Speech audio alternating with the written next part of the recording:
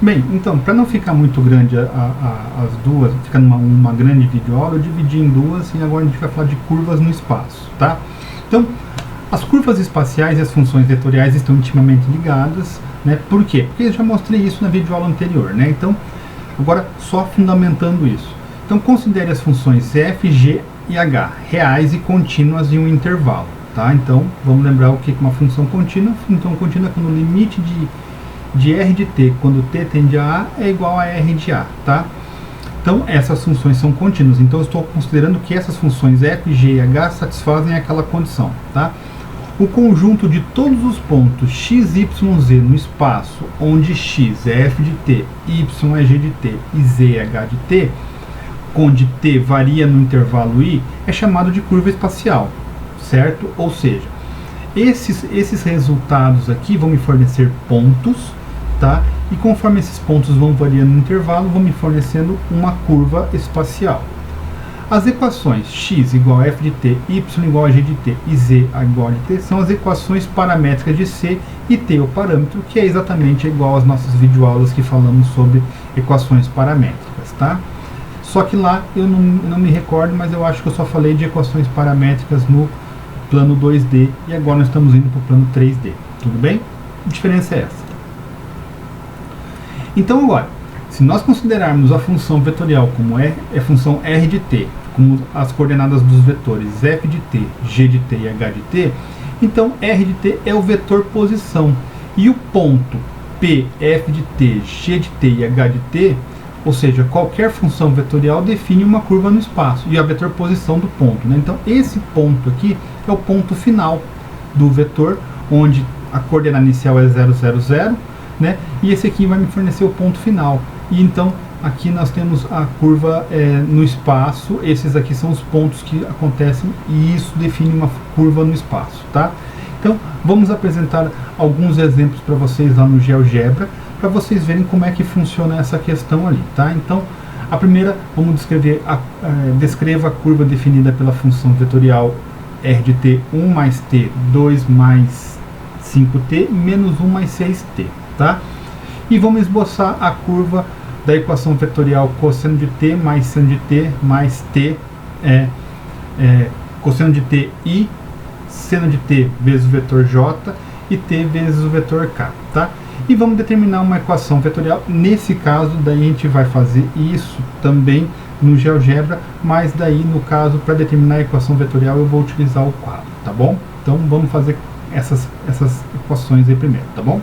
Essas descrições espaciais. Então vamos lá, continuando, então vamos fazer a primeira curva lá, que é 1 mais t, 2 mais 5t, menos 1 vezes 6t, tá?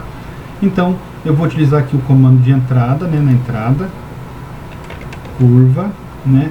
Bem, como estamos trabalhando em 3D, nós vamos trabalhar com essa expressão aqui, 1 mais t, 2 mais 5t, e menos 1 mais 6t, o valor inicial é variável t, né?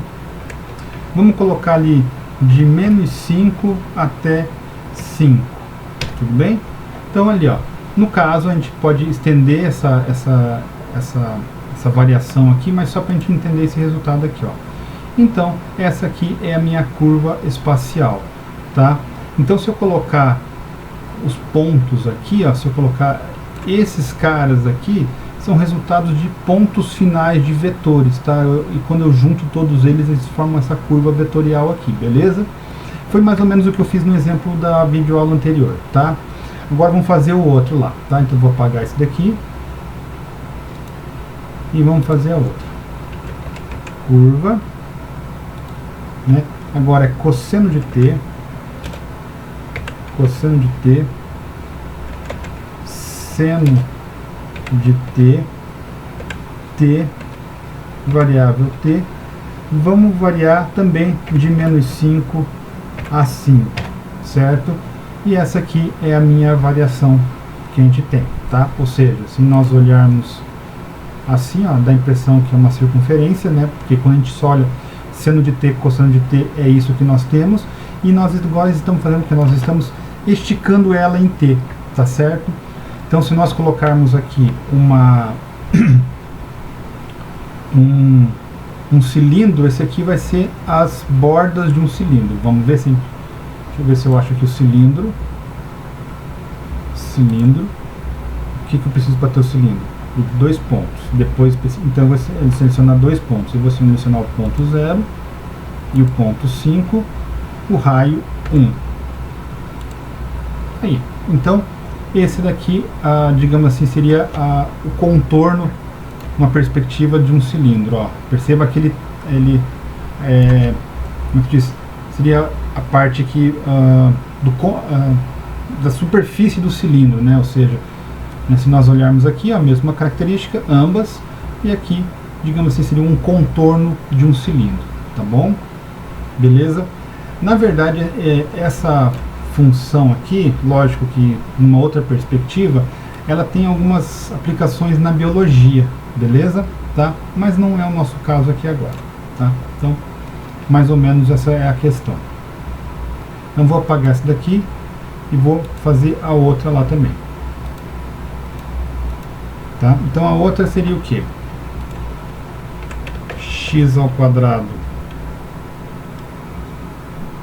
mais y ao quadrado,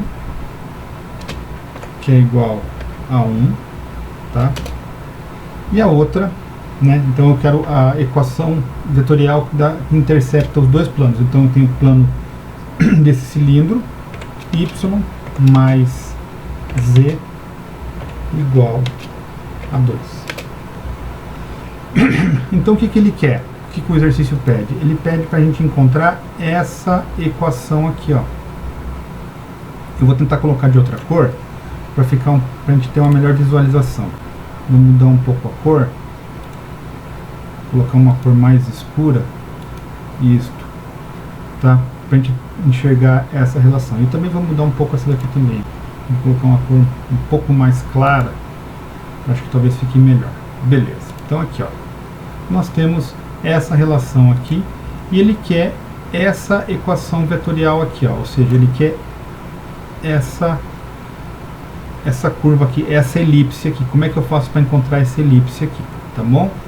Beleza?